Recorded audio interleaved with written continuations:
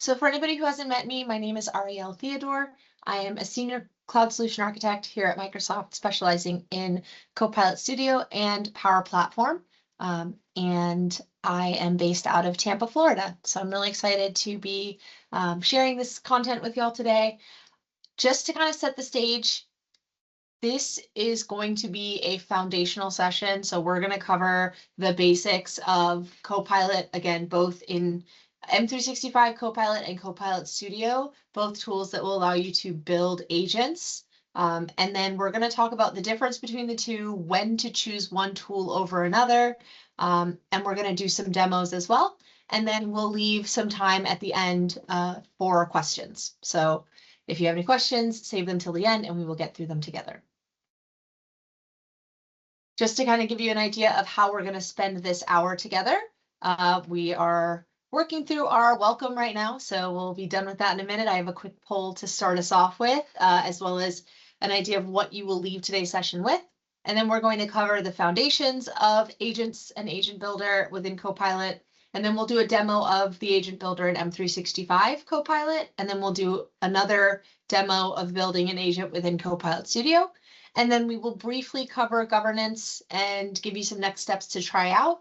And then we will finish with a Q&A. So I want folks to use the reactions in the Teams chat or in the Teams call really quick to give me an idea of kind of where you are in your journey with Agent Builder and with Copilot. So give me a thumbs up or do a heart or some kind of reaction if you have used M365 Copilot in the last week.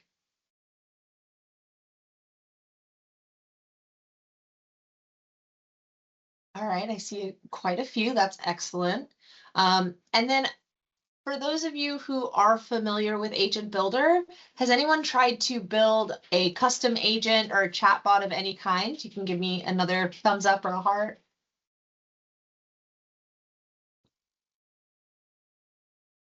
Okay, so smaller group there, that's totally fine. So like I mentioned, we are going to start with the basics. By the end of today's session, you should come away with 3 things, right? First, we want to clarify what Copilot agents are, what they are not, when they should be used. And then I also want you to have the confidence to understand which tool you should be reaching for in which scenarios. So we're going to cover that in detail as well. And then, of course, you will leave with direction. So I want you to be thinking about a use case as we're moving through some of these demos. And we're going to talk a little bit about some broad use cases so that you can start noodling over what you might be able to use these tools for. So first, I want to really lay out the groundwork. This is going to be a quick portion of our session together. I don't want to spend too much time on it, but it is really important that you understand these foundations. So everything we do in the demos is going to make a lot more sense if we get those core concepts right first. So I know we're looking forward to the demos, but really stay with me here, because if you understand what an agent really is, then when I start building one live, you're going to be able to follow the steps and understand why I'm making the choices that I'm making. What an agent is. This is probably going to be one of the most important concepts we cover here. So I want to make sure we really land it well. So when we look at the concept of an agent, it's not a new kind of AI, right? It's not a different model. It's really just a job description wrapped around the same model that you already have access to. So we are giving our model a specific job to perform. And then within the context of the agent, it is going to either answer questions according to that job description, or it's going to perform tasks according to that job description. So a good way to think of it is when you hire, let's say, a new employee, right? On day one, right, we hire good employees. That person's going to be smart, they're capable, but they don't know your processes. They don't know your policies. Personally, working at Microsoft, we have about 1 million acronyms, right? On day one, we don't know all of that kind of tribal knowledge within the organization or really where anything is. So when we look at kind of a general purpose large language model, it's kind of that like one day smart or day one smart, right? Like it is smart because we know that when we hire an employee, we know we want someone who's intelligent, but they don't have the specific knowledge to inform their processes and their tasks, right? So let's fast forward from that point to about 90 days in, right? We've got the same person, they've got the same level of intelligence, but they understand the department they're working for. They have the reference materials available to them. They know what tasks are theirs. They know which ones should be handed off, right? So that's where we get into what an agent really is, right? It's the same AI, but it's scoped to specific tasks and it's grounded in your organization's knowledge. So 3 things that really help it do that are going to be the instructions it has, the knowledge, and the actions it's able to perform. So instructions tell it who it is, who is it serving, what tone should it be using. Knowledge is going to give it the documents and data sources that it can ground its answers in. And then the actions are the things it can actually do on someone's behalf, right? It can open a ticket, it can send an email, it can look up a record. So this does differ from a system prompt, where an agent is basically a system prompt plus that persisted knowledge, and then also a permissioned action service, right? Things that it can do in a certain space, all wrapped up so that the end user can actually interact with it without having to write any of that themselves. So that's going to be the key distinction when we look at like an agent versus a system prompt that you can give to an LLM.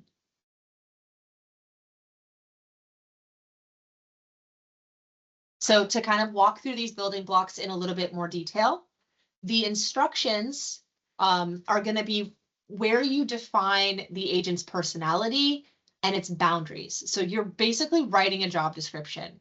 Like I mentioned, who's it going to serve? What tone is it going to use? But also, what should it refuse to do? So in the demo we're about to do, I'm going to build a research assistant, and the instructions will say something about helping grad students plan papers in a specific format using APA 7 type of formatting, but it's never going to write full papers for them. So we want to give it those specific instructions. So that refusal boundary is going to be just as important as the capabilities you're giving it. And then the second building block is going to be knowledge. So this is what makes our agent ours instead of just being a generic LLM. So you're going to attach documents. In this case, we can give it a style guide. We can point to a SharePoint library. And then the agent is going to ground its own answers within that content. So when we look at how knowledge plays in, without the knowledge, the agent is just Copilot with kind of a personality because we've given it those instructions, right? But with the knowledge, this is where it becomes a specific resource for subject matter expertise. And then third, we have actions. This is really where things are going to get powerful and where Agent Builder and Copilot Studio are going to start to diverge. So actions themselves are going to be the things the agent can do in the real world, right? Can it create a ticket? Can it look up a record? Can it trigger a Power Automate flow? Can it send a notification, right? Agent Builder within M365 Copilot is going to give you access to actions, but it's going to be limited. On the Copilot Studio side of things, we're going to have access to connectors. Right now, there's over 1,500 of them. So via those connectors, you will be able to imbue the agent with even more actions that are available to it. Yes, Margie. Yes, good afternoon. I have a question in regards to the knowledge. I like to know, there specifically you said a PDF, a SharePoint. So my question is the following. I like to know within the limitation of the University of Miami, if I'm trying to point administrative assistance to a particular website at the University of Miami, let's say for policy, can I reference a website that's been encrypted as the knowledge base? So whenever they, the agent is going back, they'll go back to that refreshed website instead of using the knowledge base of a PDF. That's my question. So that is a good question. I believe when you're pointing to a website specifically, there are some limitations where it needs to be public facing. Whereas if you're pointing to like SharePoint where there's permissions around things, you can control access to different areas in the website. But let me take that as a research item. Let me double check and see exactly how that would work. Thank you. Of course. So on this next slide, I do want to clear up a couple things that get a little bit muddled when we start dealing with agents that leverage LLMs. So often you will see that chatbot, agent, and assistant, those three words get used interchangeably, but they really shouldn't be. So I want you to kind of decouple them in your mind and look at them as distinct types of interactions. So when we look at a chatbot, these are typically going to be rule-based and they're going to be narrowly trained. So if you've ever used like a website chat widget where you have to pick from a menu and then it's going to like fall apart the moment you go off of script, that is going to be a chatbot, right? It can't actually reason. It's just going to follow a very specific decision tree.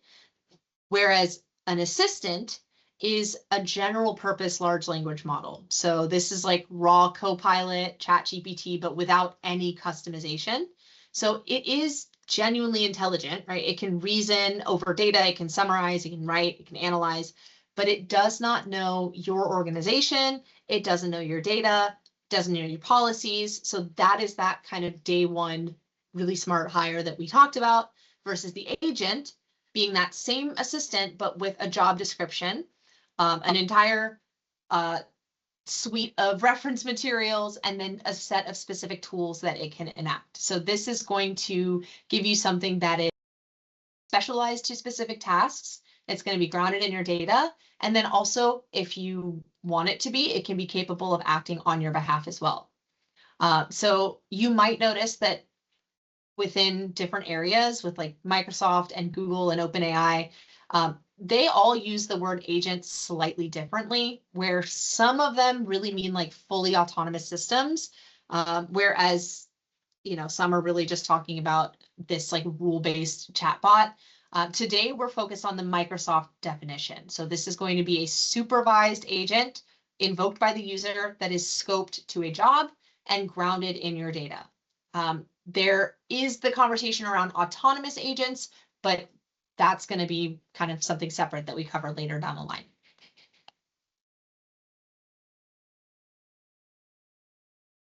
So I do want to take a moment to do like a high level view of where agents live in the Microsoft ecosystem, because this just kind of helps you have a mental map as we start to zoom in. So at the top, you have your experiences layer. And this is going to be places where people actually interact with Copilot. So this will be Copilot chat, Outlook, Excel, or web channels. So that's kind of our front door. And then one level down, you have the agents themselves. Some of them are first party, built by Microsoft. Some of them are built by partners and they can be found in the agent store. Some of them are the ones that you build. We're going to be focusing on the ones that we build or that you will build. And then below that, we have the builders layer. And there's two tools for that. We have Agent Builder, which lives right in Copilot Chat. And then we have Copilot Studio. And this is going to be a more robust platform. It has its own web app that we're going to go through to build out Copilot Studio.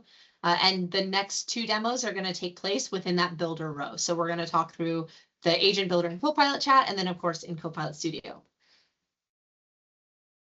And then at the foundation of all of it, we have Microsoft Graph, and this is where we get basically our tenant data. This is how Copilot can ground itself in your organization's data right off of the bat. Typically, it's going to be using Graph. So we have an understanding of the technology, but we really want to focus more on like, what can we use it for, right? What does it actually matter for you? So I have 4 personas up on this screen, and I want you to each think about them and kind of find yourself in one of them. So if you're faculty, you can think about a research assistant that's grounded on your own past papers and notes. So it's going to know your own methodology. It'll understand your citation style. It'll understand your own kind of theoretical framework. And then if you're staff, you can think about like repetitive tasks that you might handle. So maybe there is a departmental FAQ agent that you can create that absorbs the most frequently asked questions that your office gets every semester, things like registration deadlines, policy clarifications, and it can answer those questions on your behalf. If you work with grad students or if you are a grad student, think about writing support and methodology guidance that is going to respect academic integrity. So like an agent that might help structure a literature review or check for specific APA formatting. So that's going to be what we are doing in a moment in our demo. And then on the admin side of things, you can think about things like student services triage. So you can create an FAQ agent that helps, again, answer questions that are most commonly asked, and you can ground it in that policy knowledge. So we are going to demo 2 of these different use cases, but the point of this is that every person in this room should have at least one use case that you can kind of see working within your own scenario. And if you don't already, I want you to start thinking about it so that you can identify yours to move forward. So let's move on to Agent Builder. So when we look at Agent Builder, sometimes we call it kind of that on-ramp. It's the entry point into building agents. So this is going to be a low-code agent builder, and it lives directly in M365 Copilot chat, which is where you are likely already familiar with. So you don't have to go to a separate application. You don't have to learn a new platform. If you have an M365 Copilot license, you already have access to it. So when we're looking at Agent Builder, you're basically going to describe what you want in plain English, and then Copilot is going to go through and scaffold the agent for you, and then refine things like the name, description, instructions, and then knowledge sources. So you can refine those specific configurations, and you can even set up things like starter prompts so that users know exactly how they can interact with your agent. So Agent Builder is basically going to be for anybody that has Copilot, right? Everybody in this room can probably think of one use case that they can leverage Agent Builder for, whether you want a personal assistant, whether you want to build a shared FAQ agent, right? You can like see that there's a lot of different opportunities here. So when we're looking at Agent Builder, there is a little bit of a trade-off where it gives you quite a bit of the value that you get within Copilot Studio as well, in much less time, right? So you do give up some of the things that you find on the Copilot Studio side of things. You do have fewer publishing channels. There are limited actions, and the governance controls are simpler. But for most personal use cases or small team use cases, this is absolutely the right call, right? So we're going to demo this first, and then we will talk about kind of when to step up and use Copilot Studio. But a lot of use cases can be accomplished using M365 Agent Builder. So what we're going to build in our demo is a research paper assistant that helps graduate students to plan, draft, and refine their research papers. So I'm going to actually pull up Agent Builder in M365 Copilot. For anybody who doesn't know how to get to this, you can start at your M365 Copilot homepage, and then on the left-hand side underneath agents, there's this new agent option. So this is where you're actually going to go to build out that agent. So once we're here, we've gone to create agent, and I am going to tell the agent exactly what I want it to do. So I'm just going to describe it in natural language. I'm going to tell it, build me an assistant that helps graduate students plan and edit academic research papers in APA style. So I've given it a single sentence of what I want this agent to do, and it is going to start kind of scaffolding that agent.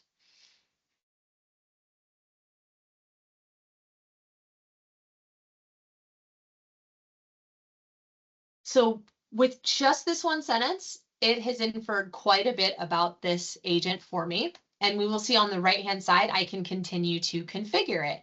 So in here, it's given it a name, APA Research Assistant. That's cool. We can probably leave that, or we'll just call it like Research Paper Assistant, make it more in line with what we want. And then we have a description already, but if you want to refine your description, you absolutely can, right? So, and then here we have instructions. So it has inferred the instructions that we want, but maybe I want to give it a little bit more, right? So here it's given it purpose, it's given it general guidelines, skills, step-by-step assistance, error handling and limitations, and then examples of questions it should be able to answer. But I am going to actually give it some more refined instructions here. Actually, I'm going to just add because I actually really like what it came up with, but I'm going to give it kind of an overview. Part of what I'm doing here also is I'm giving it specific instructions on what it should not be doing, right? It should not write entire sections, but it should be able to offer outlines, prompts, and even revision suggestions that keep the student as the author. If the student asks you to write their paper for you, politely decline and remind them how academic integrity works.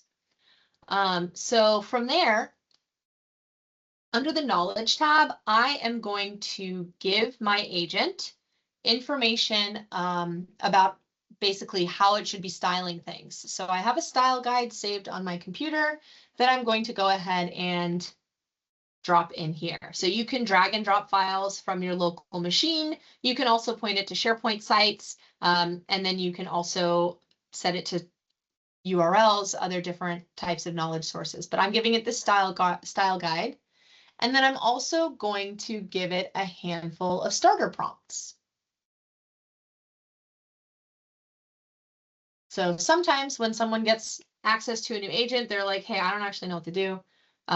So here are going to be my prompts.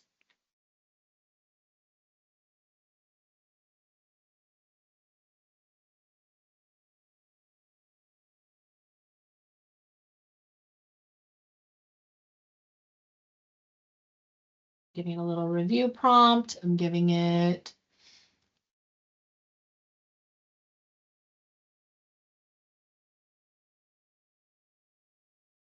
me some source suggestions. And then I'll also do a prompt for editing. So I am going to go ahead and let it save. Okay, so this is saved. And it's already created, which is good. So now what I want to do is I want to test my agent once it will let me. So I'm going to do try it. And here are some, again, suggested prompts that we've outlined. But I am going to give it my prompt. I'm going to tell it I'm writing a thesis chapter on hurricane risk perception in South Florida communities. Help me outline the literature review section and suggest 5 databases I should search. So let's go ahead and give it that prompt.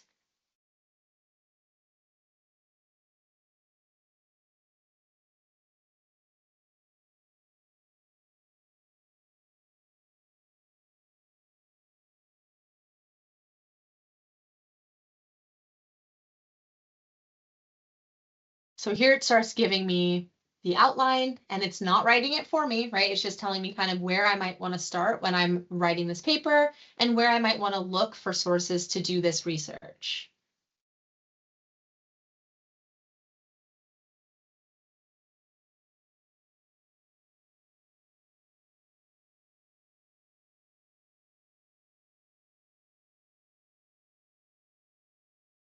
All right, and then it does ask a clarifying question. It's asking if it's being positioned primarily for environmental sociology, hazard geography, or risk communication public policy. That will slightly shift which theories you should be focusing on and how you should be framing the gaps, right? So it's asking thoughtful questions that might help you consider how you're going to frame your research paper more specifically. And then again, I told it specifically not to write the paper for me. So if I tell it, can you just write it for me? Let's see what it says. Hopefully it says, no, actually, I can't do that. I get why you're asking.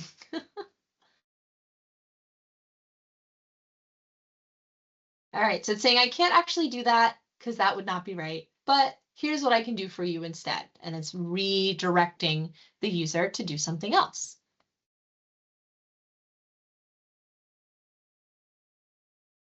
That we spent, I don't know, 5-10 minutes building out this agent. I don't think we spent more than 5 minutes building it. The thing is, I did already have my instructions ready to go, and I had my starter prompts ready to go. So in actuality, when you go through this, it might take you a bit longer to build the agent on the front end, because it is very important that you're coming up with solid instructions. But I can also tell you that if you have a general idea of what you want your agent to do, right, those instructions that I pasted in likely were not even necessary, minus a couple of minor changes I needed to make, specifically around telling it what it cannot do and setting those guardrails, right? But with that single sentence, I was able to get this agent stood up. And then from there, I can, if it will let me, I want to share it. And draft is auto saved. Oh, a title is required. I have a title. Doesn't seem to think this is saved, which oh, that's why.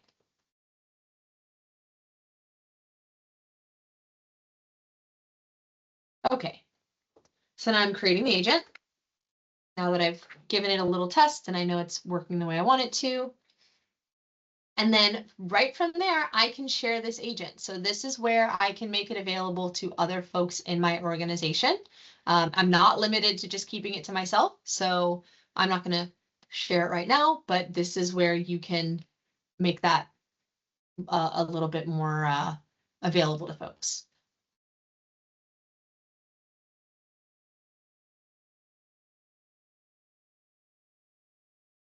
All right, so to kind of recap this, right, with natural language, we described the agent in just one sentence, and then Copilot generated that first draft, giving it a name, and then attaching the style guide made the agent cite from the file versus citing from the open web. Refusal was built in as a feature, so the instructions told the agent not to write the whole paper, and it honored that boundary. And then sharing is brought in as a specific deliberate step here. So when you build an agent, it's going to default to only be available to you. And then if you want to make it more widely available, you have to specifically make that choice to share it.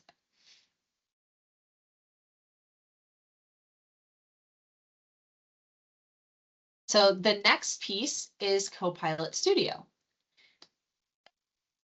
So if Agent Builder is the on-ramp, Copilot Studio is kind of like the highway. This is going to be the full platform. A key distinction I want you to hold is that Agent Builder is for everyone, and Copilot Studio is going to be for people who are building on behalf of others typically. So this is where IT teams and central administration and power users are going to be spending their time. So if you have an agent that needs to serve an audience beyond your immediate team, or if it needs to take actions in systems outside of Microsoft, or if you need analytics and governance controls, then we're going to be getting into Copilot Studio. So let's take a little look at some of the features that are offered. I want you to focus on these 6 major capabilities that are going to go beyond what Agent Builder can do. So first, we have multiple knowledge sources. So you have the ability to layer SharePoint, Dataverse, public websites, as well as enterprise systems and agent. On Agent Builder, you can attach a few files. You can also point to SharePoint, but it's going to be not quite as comprehensive in the type of knowledge base you can build. The second is going to be authored topics. So these are going to be explicit conversation flows that you design for answers that might be compliance sensitive or that need to take a specific path. So instead of just trusting the model to generate the right response, we can script it in these specific scenarios. And then the third is going to be actions and connectors. So this is the biggest unlock we get when we get to Copilot Studio. We have over 1,500 Power Platform connectors, plus custom Power Automate flows that you can use. So your agent can open a ticket in ServiceNow, it can write to a student record, or even trigger an approval workflow.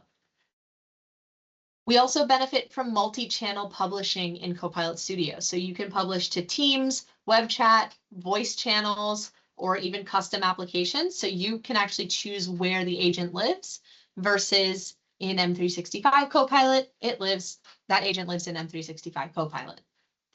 And then we have identity and security. So you can actually control who accesses the agent and what data they can see using Entra, OAuth, or even custom authentication providers. And then finally, we have analytics and application lifecycle management. So this is going to really be what turns your agent from a prototype into a production service. So we have the ability to review conversation transcripts. We can view dashboards that surface KPIs. We can manage which environments our agents live in. And then we can also put our agents in solutions so that they can be deployed either manually or automatically if you're setting up pipelines.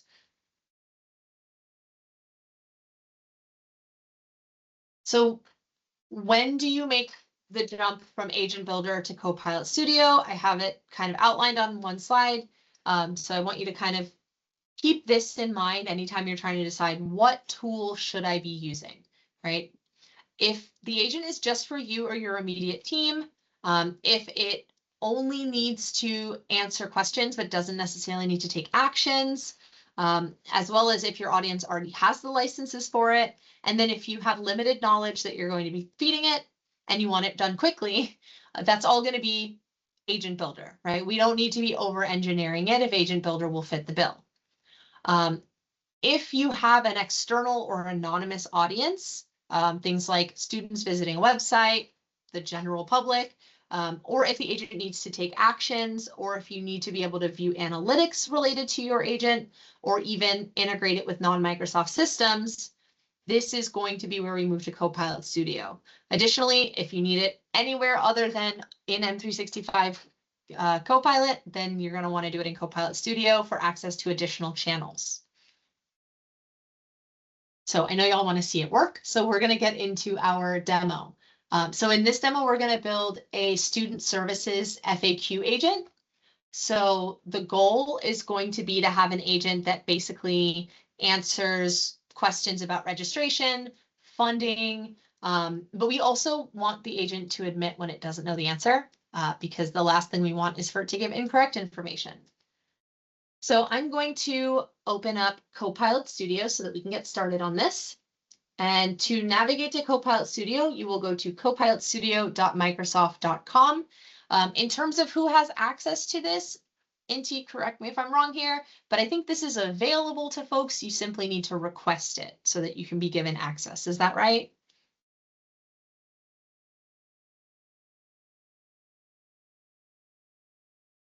Maybe, possibly. Okay, we'll check back later on that. Okay, so I am in Copilot Studio and I'm on the home page and it asks me what I would like to build. I'm going to actually go this way and we're going to build an agent from scratch.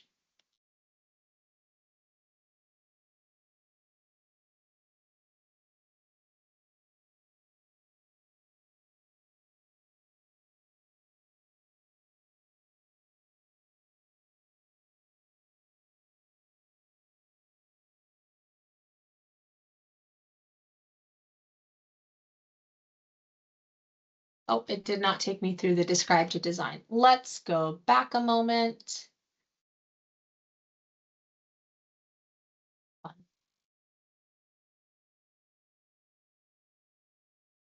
Okay, we're going to start on the home page. We are just going to describe what we want our agent to do. So similarly to the starting point in M365 Copilot is going to be this natural language description. So we're telling it, we want to build a friendly assistant for graduate students at the University of Miami that answers questions about registration, funding, thesis submission, and international student services.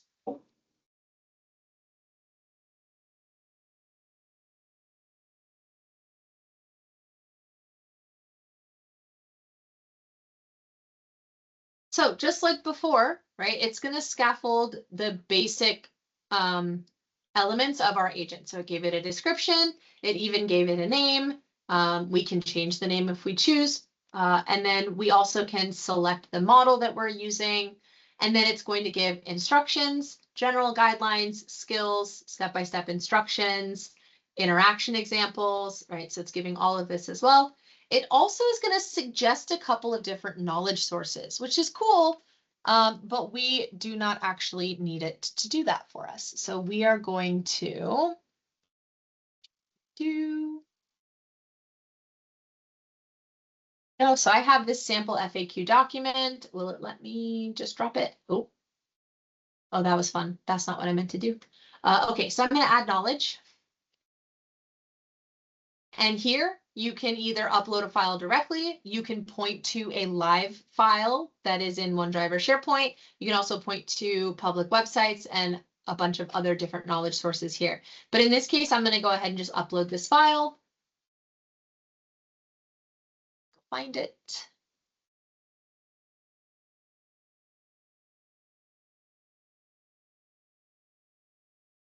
Okay, so I have my sample FAQ document, and I'm going to go ahead and add that to my agent.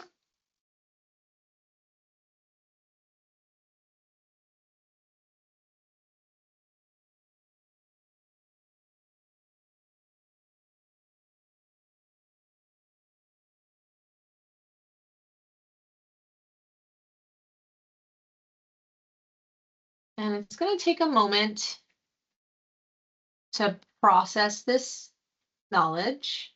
Shouldn't take too long.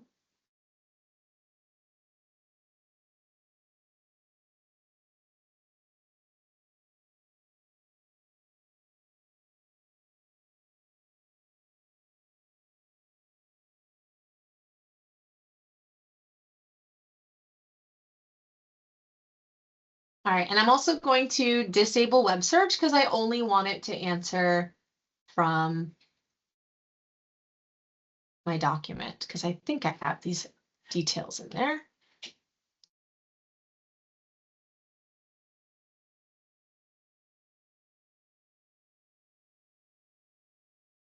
Okay, so I'm going to ask it this. We'll see if it's able to answer yet. Let me start a new session just to make sure it's fresh. And I'm going to ask it, when does fall registration open? See if it gets it from that. Okay, so it's going to answer the question. Oh, it was not able to find me that. And then it says, here's how you might be able to find that information directly. Interesting. So I'm looking at my, let's try to ask a different way.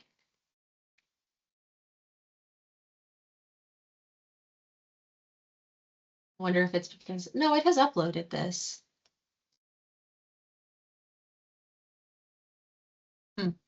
Well, my document definitely says that. So sometimes we have to tweak a little bit. The nice thing is it's giving us alternatives for finding this information if we're not able to find it in here.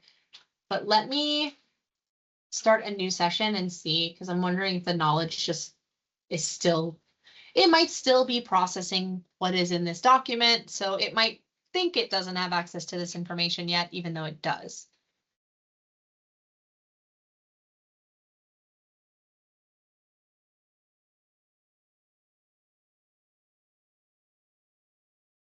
So sometimes the knowledge can take a little bit of time. While I'm waiting for this, I want to point out that we have the ability to give the agent things that it can do on our behalf using tools. And this is where we can leverage things like connectors, as well as MC model context protocols, MCPs, or we can call REST APIs. So from here, we can reach to not only Microsoft services, but also to external services using these connectors. As long as you have access to that service, you will have it authenticate you via that provider. And then you can use the actions that are available. So if we look at, like I know I have Teams, let's see what actions we have, right? Within Teams, on my behalf, it can do any of these things, which is quite a bit, right? And so the actions that you have access to are going to be dependent on the connector, or you can give it a prompt to then reason over. So you can create a prompt that it can pass your information through. And then also I mentioned topics. So if you need to send the user down a specific path, particularly if a specifically worded answer is very important in those use cases, this would be where topics come into play.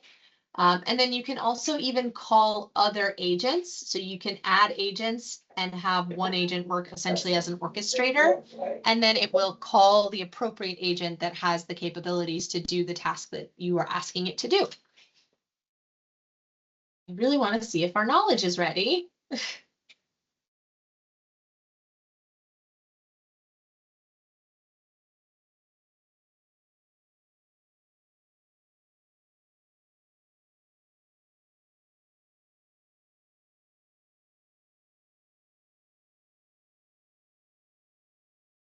All right, let's come back to this agent. I'm going to give it a little bit of time.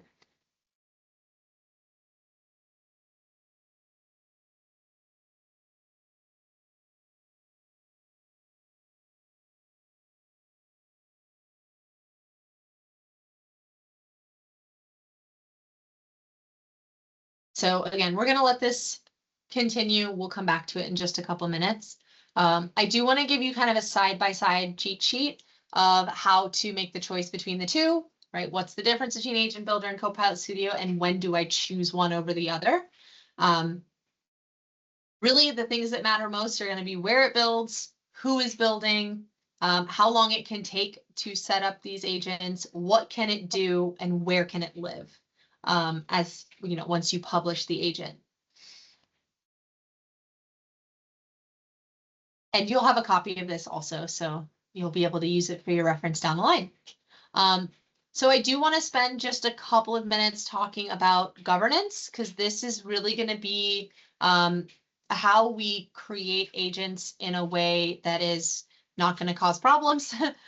So here we have 6 rules to keep you out of trouble when you are building.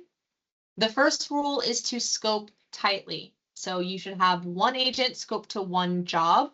I know it's really tempted to build an assistant that can do everything, but the agent that's there to be a research paper helper should not also be the IT help desk and the event planner, right? So the tighter scope we can create, the more quality agent we will have. Rule number 2 is to ground on owned content. So anytime you can, you should be reaching for SharePoint and OneDrive knowledge sources over the public web, because you have control over those sources. If an agent cites from a source that you own, you can verify the answer. If it's citing from a random blog, you can't. So we want to be grounding on content that we own and control so that we can control the output from this agent. Rule number 3, give it the permission to say, I don't know. So we want it to treat the ability to refuse to answer something as a feature, not as a failure of the agent. If the agent goes through and just gives an answer because it thinks it has to give an answer over giving a correct answer, right? If we put out a hallucinated policy answer, that can often be more damaging than just saying, I'm sorry, I don't know that right now. I don't have that information, right? So we do not want an agent that's just confidently stating wrong information. I think I mentioned in a couple sessions ago, I don't remember if everybody was here, but sometimes I talk about Copilot or large language models in general as being like my dad. If I ask my dad a question, he's going to answer the question. Doesn't mean he knows the answer, but he's going to give me an answer that sounds like he knows it. So sometimes large language models can do that as well, because they want to help. They want to give an answer that is their that's their directive. Unless we've told it otherwise, you have permission to not know the answer. Rule number 4 is around security. So permissions are inherited, and an agent is never going to expose data that the user would not already have access to. This is built into the Microsoft Graph security model. So let's say you have a student FAQ and it is referencing a SharePoint folder that students don't have access to. The agent's not going to be able to show them what's in it. So this is often one of the most sticking points around this. Like, how do I make sure people can't see what they're not supposed to see? This is going to be how it is going to inherit the permissions of that underlying service. So it's not going to just give access to things they wouldn't already have. Rule number 5, if you have FERPA protected data, it should stay out of an agent shared beyond its authorized audience. So this often comes up of like, how do I make sure that I'm keeping in line with HIPAA compliance or FERPA compliance. The biggest part of it is make sure you are not sharing your agent with people that should not have that data for any reason, right? Because if you are uploading a file that has information that is not FERPA compliant or that is not HIPAA compliant, that is an uploaded knowledge source. At that point, there's no like permissions around it. If it's in SharePoint, that's another story. So we just want to make sure that we are also scoping who these agents get shared with based off of who is authorized to view that data in the first place. So like if you build an agent for an advising team and it has access to student records, that's fine. Your team is authorized, right? But as soon as you share that agent more broadly, that's where you're going to run into compliance issues. And then rule 6, plan for refreshes. So you want to make sure there's an owner that is designated, but you also want to document sources and you want to review your agents regularly. So often what will happen is an agent is referencing stale knowledge because we haven't gone through and reviewed what is it grounded in.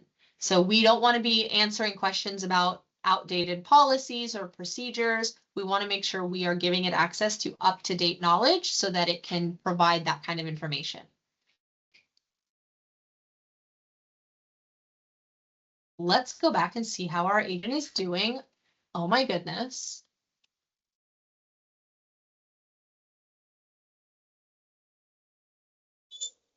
See if it can do it. Really hoping it can, but.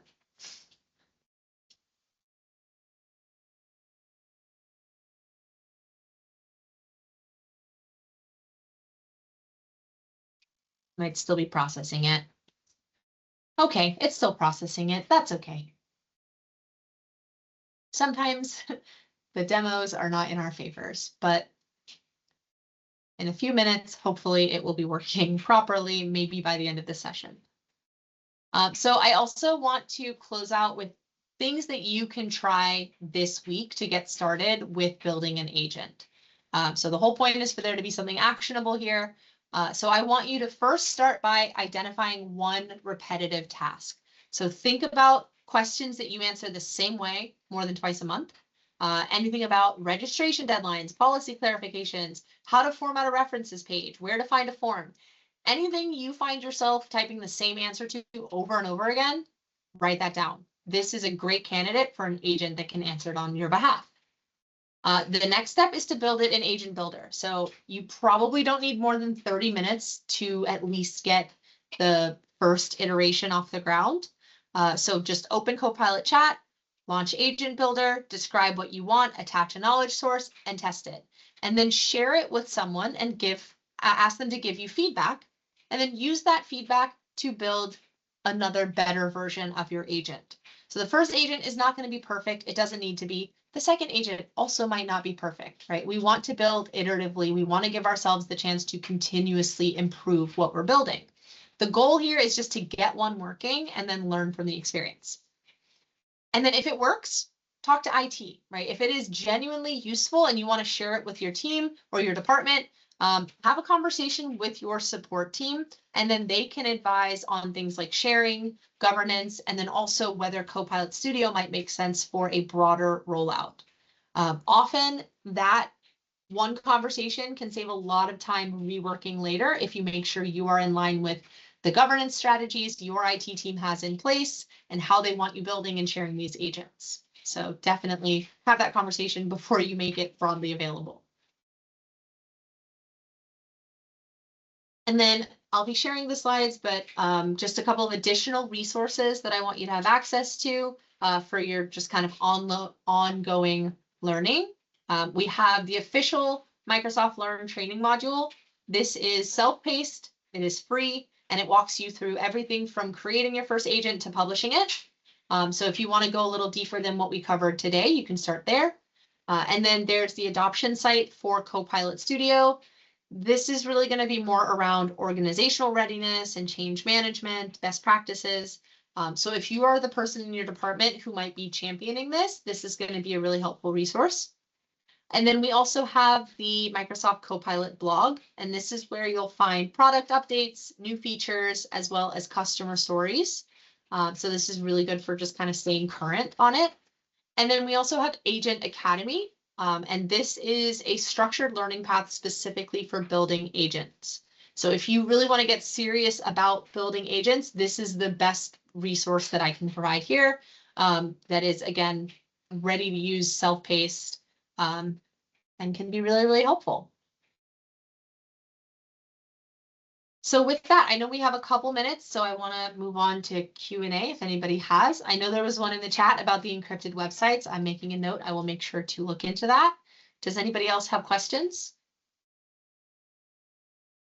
So the difference between a Copilot agent versus Claude Code and Codex. So when we're looking at tools like Claude Code, that's really, I mean, it's going to work on your behalf, but it's not going to be grounded in your specific organizational data. So that's where building agents within M365 Copilot, you're going to get that benefit of the data boundary where you know your data is remaining your data, but also you have the benefit of it understanding context about you and your work without you having to necessarily provide it every time. Any other questions? All right. Well, thank you so much, everyone, for joining. I hope you learned a lot, and I will be sharing out these resources for you to get started building agents.